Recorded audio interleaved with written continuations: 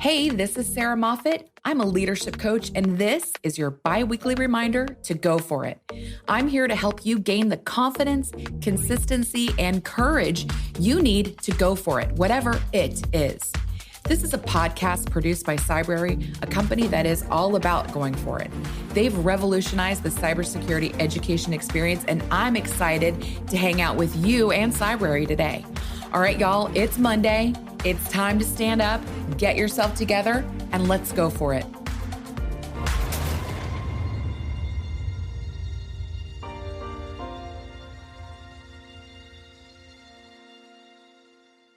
Welcome, everybody, to the latest edition of Go For It with Sarah Moffat.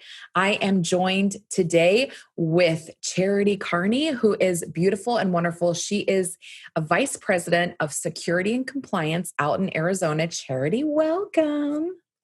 Thank you very much, Sarah. I'm flattered and honored to be here. Thank you for having me. So exciting. So exciting. So the title of this podcast is Go For It. And the reason I thought of you is because you have a pretty powerful career. There have been some big changes that you have made, some steps that you have taken. And I feel like in your life, you are one of those people that if you want it, you go for it. Yes, that is 100% accurate. So my first question is, where does the go for it come from for you? Like, what is the driving force that makes you be like, oh, I'm going to freaking do this? It's probably one of two things, honestly. From the time that I was a child, you couldn't tell me no. If I wanted something, I was getting it regardless. But if you told me no, I would do it and then take pictures, as they say. It was kind of like almost a contrarian effect there. But really, my driving force is just my love to learn. I want to learn and do all the things, and I always want to be evolving and growing. So I think that's a lot of the force behind where my career has gone, is just that I want to continually evolve and iterate and become better and better and better. I love it. So we're in the midst of a global pandemic, and I think that a lot of people's get up and go has got up and went. A lot of people are feeling, and I'm even struggling. And I'm one of these people who just will go until the batteries are gone, and I'll find new batteries and keep going. But even I lately have been feeling my, I have felt days where I just have not had a lot of passion to go forward. Have you been experiencing the same thing? I would be lying if I said I hadn't. Absolutely. We're all in that boat right now in some degree or another. And, some aspects of, or some periods of the pandemic have been worse than others. Mm-hmm. I think we've all gone through that. And the goal is to make it as temporary as you can get that period to be, and allow yourself the grace. I'm stealing your word there. Allow yourself the grace to feel that way and know that that's okay. It's a natural reaction and response emotionally, and just to be okay with yourself not being okay. Yeah, that's really good. What are some things that you do to reamp yourself, to get your motor running again? It's really great timing that you've asked me that. In this last month, I've gone through some interesting changes, and one of them, and I'll keep quoting him probably, but I went through an opportunity with Tony Robbins, had put on a kind of a free workshop. And I'm a very boisterous, enthusiastic person, and obviously so is he. So that really kind of spoke to me. It's like, yes, if anybody can get me out of whatever rut that I am in, I feel pretty certain that he'll give me the tools to do that. Yeah. So spurred on by that, I really felt myself again. I felt like I was able to recover my energy with some of the tactics and techniques that he used. But really, I mean, it's the go forth and get it. You got to dig down deep for it sometimes. There are some days that it is harder to come by than others. Absolutely. But every day that you're on this planet is an absolute gift, and just continuing to enjoy the gifts and appreciate the little things around you, and appreciate the bubble bath, or appreciate I've created this piece of art, and kind of just make yourself keep going. Yeah. You've got that choice. You can either take advantage of the self-care, which sometimes you absolutely must do. Yeah. Or you can take a more energetic approach to doing a thing, or going through and doing some exercise or walking the dog, just baby steps at that point. So whatever you can take for action is going to benefit you in some way. I love that. Today, so I live in Northern Virginia and we're about to get snow again. Yes. You probably don't get that out in Phoenix as much as we get that here, but I need the sunlight. And I looked at the weather forecast and I knew today that we were going to get sunshine, and I scheduled myself to have a full hour where I could do a big, like 2.5, 3 mile loop. The first part of it, I did super fast till I got to Starbucks, and I bought myself a short latte and one of those little cake pops. And I sat outside and had my little latte cake pop picnic. And then I walked back home, and I got, that was enough for me to revamp myself again. So it's a matter of just like finding those things. If you were to look back on your career, what is one of the big pivotal moments that stand out to you as a moment where you said, I'm going to effing go for it? That was probably when I got screamed at for putting a project in an at-risk status in a prior place of employment. I was not a fan of that. In general, I treat people very respectfully. I am absolutely here to serve, and I want to make sure that people know that. And the fact that somebody would be that disrespectful to me at a workplace of what? Really? Is that necessary? I am a whole grown adult in a professional environment. And that is the type of reaction you're going to have to me putting a project in an at-risk status. Not acceptable. Not acceptable. I've run a lot of my life under the life is too short motto. And that absolutely was a key moment in the life is too short to tolerate abuse and to live in that type of culture. So from right there, it was very clear that I needed to take some type of action to exit that scenario in a permanent way and be able to move on to better things and better cultures that were more of a fit for myself. So what'd you do? Got my PMP. So started studying, ordered the book, my project management professional certification. I'd been a project manager in role for some period of time and decided that I was going to make that formal. So ordered the book, read the book, took a boot camp, was able to kind of get that all worked out, and then took my test, passed my test, got my piece of paper, and had a job offer the next day. So I just got myself, I did. Yeah. Literally, I got my piece of paper on Saturday and I had the job offer Monday. It was amazing. That was like a whole universal gift. But yes, I decided that I was going to go do the thing, and I went and I did the thing and I made it work. No regrets? None. But was it a struggle? Absolutely. We all have life going on behind us. You've got the 40 hours a week or 60 hours a week at the job, you know, whatever you're up against there. You've got the family obligations or requirements at home. You want time to yourself, obviously. You need 2 minutes to think and to kind of recenter yourself. Yes, it's absolutely a time commitment. I've always been very, very blessed that I'm a very fast learner and I'm able to soak things up really rapidly. So for me, it was probably a lot easier than it would be for a lot of people. And I do not take that lightly. Believe me, I take that as a gift every single day. But regardless of the time that it took me to accomplish that thing, I set my mind to it. I took the steps and I accomplished the thing. It doesn't matter how long of a time period that you take to accomplish the thing, as long as you keep working in earnest towards accomplishing that thing. Amen to that. Sometimes things happen really fast, and sometimes they freaking don't. So one of the people I really enjoy listening to, his name is Brendan Burchard. He is Tony Robbins-esque minus the F-bombs, I would say. And he has this saying where he says, honor the struggle. And I love that saying because I think a lot of us set goals and we forget that the very first thing that happens when you set a goal is that you encounter a struggle. Like every freaking time. Am I right or am I right?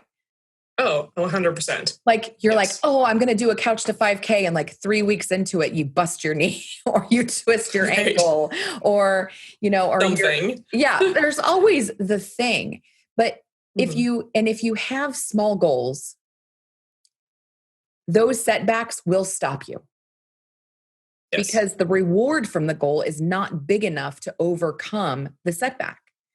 So Yes. you didn't set yourself a tiny goal like, oh, I'm going to take 1 or 2 classes and see what's going to happen. No, you were like, I'm going to get my freaking PMP. And you went for it. You knew it was going to be a struggle, but you knew the outcome of it was going to be, I'm getting a new job. I'm getting away from Mr. Screamer person. Right? Yes. Yes. So I needed something concrete to exit a toxic culture. And that was important enough to me as a goal to make all the other things fall into place. I found the money for the boot camp. I found the money to take the test. I worked extra. I did this or that. I've freelance written. I've driven cab. I've done everything monetarily that I needed to do to make sure that the bills were paid and that I could finance my dream. And I would do that today. I do that today. I would do everything that I possibly is within my power to get to my goal. I love it. That is, obviously that's one of the reasons that I think you're so powerful and wanted to make sure to have you on the show. I think that you and I are very, very similar. I tend to be one of those people that picks up on things really quickly, always have, pray that I always will be. So like last year, I did my entire master's degree in 7.5 months. That's amazing. And it's the same way. Wonderful. Like I knew it was going to be hard. And I had to know the hardness in a way that I could articulate it to my 5-year-old. Mm-hmm. Like mommy's got to do this difficult thing. So some afternoons, I'd have him right up next to me at my desk and he'd be coloring a picture or playing his video game. One of my favorite things to do pre-pandemic was take him to Starbucks with me, and he would have his little video game and I would have my laptop or Panera or whatever. And we would just sit there and work together. I only had about 1.5 months of that because of the pandemic before it started. But anywho, like you honor the fact that it's going to be hard. You lean into it, you move forward, and you reap the reward of it afterwards. And I think running back to the pandemic for a second and the go for it, in the beginning, there seemed to be a lot more social support than there is now. Agree? Agree. Like everybody was like, how are you doing? How are you handling this? Do you need any toilet paper? And now it's like, this is life. It sucks sometimes. And, we're not really checking on each other. We're not really checking in with our teams as much as I think we should be. So maybe this is a great time for all of us to remember that, we are, we have been in this for a year at this point. Mm-hmm. And it's okay, number one, to not have that go get it, that go for it drive right now, but you can bring it back in yourself. So what are some things that you like? I know that you reached out to me at one point to have like a coaching call. Are there other things that you're actively doing to make sure that you're keeping up your momentum besides the self-care? The self-care is very, very important, but even more so, taking massive action. And again, I'll point back to Tony Robbins because I took that nugget from him and I love it. I'm going to hold this up. Maybe you can see it. Be disturbed by your own inaction. Ooh. And that spoke so strongly to me. Love it. And I thought to myself, about a month ago, and again, you go through these cycles in your life, like, oh, this whole pandemic thing, this is terrible. What are we doing? I got to get myself out of this funk. And I'll tell you, just as honestly as the next person, I've gone through it all the cycles during the pandemic. Absolutely. Yeah. We've gotten the sadness, the depression, the isolation, the whole thing. But I've got a lot of gratitude, an absolute ton of gratitude. And every single day I do something to express that gratitude and live in a gratitude-filled way. But taking massive action was my mission at that point. Yes. And I come out of that training and I thought, this is exactly the reminder that I needed. This is the person that I was pre-pandemic. Let's get her back. Yeah. Let's spark it up a little bit here. So what can I do to get out of my comfort zone? Because that comfort zone is a really nice, happy, safe place. And you're in a cocoon but you're not growing. You're not doing anything. You're just breathing in and out. Exactly. I don't want to just breathe in and out. I want to live. So what can I do to further myself? What can I do to take massive action, to break out of that box that I'm potentially contained in right now? So reaching out to you, doing a podcast, there are so many different things. Just make yourself uncomfortable. Yes. I went on Facebook Live. I did a whole bunch of stuff that was completely out of character for myself because believe it or not, I'm a little bit shy sometimes. I can see that. I know I don't come across that way, but I'm a little bit shy sometimes. I'm kind of like an extroverted introvert. Yeah. But just giving myself permission to be uncomfortable for that moment of growth. Yes. Seemed to be the key for me. Like, you know what? You're going to be real creepy, uncomfortable right now. It's going to be weird. It's going to be squinchy. You're going to be excited when you come out of it. So I did the thing and I came out of it and I was like, wow, that wasn't nearly as bad as I thought it was going to be. Yeah. I had a lot of fun with that and I feel a ton better. I learned XYZ out of this. I was able to grow like the Grinch's heart breaking out of the box. My confidence grew 3 sizes that day. So just really like making yourself do the thing and appreciating, again, honoring that struggle. Yeah. Absolutely honor the discomfort and like, fear. Just embrace it and like have a picnic with it, braid its hair, and then celebrate it when you're done. Tony Robbins very famously, I'm paraphrasing, said something along the lines of, the path of someday leads to a place called nowhere. Yes. Meaning, and this was my motto during all of pandemic, was I can hunker down and sit this out and I can come out of this in the basement with a lot of other people. Or I can take massive action when a lot of people aren't doing anything. And that's the thing. That's right now for anybody who's watching this or listening to this. This is a freaking great opportunity for you to get miles ahead of other people. If you can summon that courage, that go for itness, that like power to say, I am going to step out and do something that makes me uncomfortable. If you can do that now, your growth will be astronomically huger. I just don't think that made any sense, but you will have so much growth because so many people aren't growing. They aren't doing stuff. And so this is the time to take massive action. Tony Robbins. The other thing that you said was gratitude. Gratitude. So this quote from Rumi, which was what I was pulling up on my phone. You wander from room to room, hunting for the diamond necklace that is already around your neck. In other words, I love it. You got it already. What can I be grateful for? Be grateful for the space that you're in right now. Whatever it is, you're not dead. So there's that. Yes. Whatever it is could definitely be worse. Sidebar, anybody who's watching or listening, if you need a good reminder, read the book Man's Search for Meaning by Viktor Frankl. Just do it. I recommend that book to everybody. You should read it once a year for some perspective on how much worse things could be. And so find gratitude, get off your tuchus and freaking go do something. So go do the thing. Go do the thing. This has been really motivating, really inspiring because we want to feel bad right now. Feeling bad is comfortable.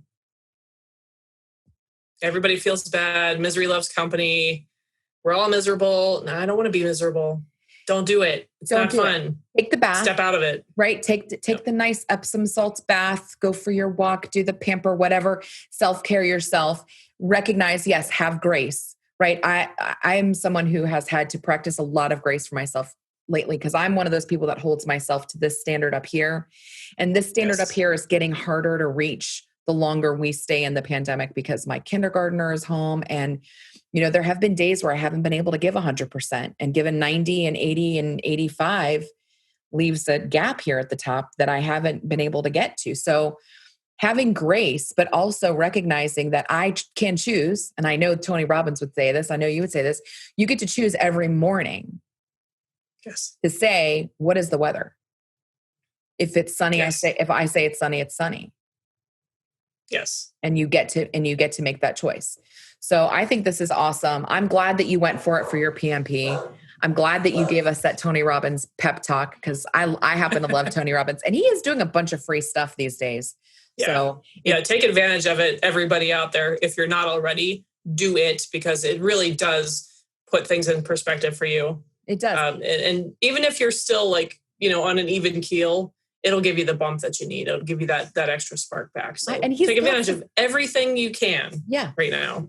And he's got some great, people get so wrapped up making a living that they forget to create a life. This is the time where you can create whatever you freaking want. So Charity, thank you so much for being here. You're wonderful. Thanks for having me. Stellar woman. And thanks everybody for watching and listening. And I'll catch you next week on the flip side.